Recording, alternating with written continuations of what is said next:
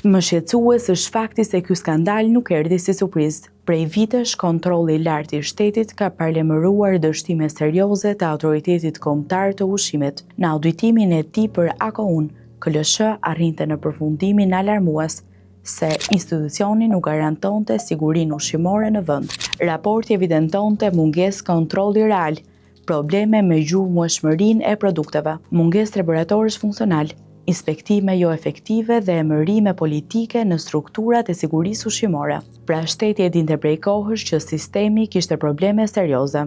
Dinim që hallka e kontrollit ushqimor ishte e dobët. Dinim që monitorimi ishte formal. Dinim që siguria ushqimore trajtohej më shumë si procedurë letre, sesa si mbrojtje e jetës njerëzore. Dhe megjithatë, asgjë nuk ndryshoi. Në vend që të forcohej kontrolli, u forcua kultura e tenderit. Në vend që të monitorohej cilësia, u monitorua vetëm dokumentacioni. Në vend që të mbroheshin qytetarët, u mbrojtën vetëm kontratat.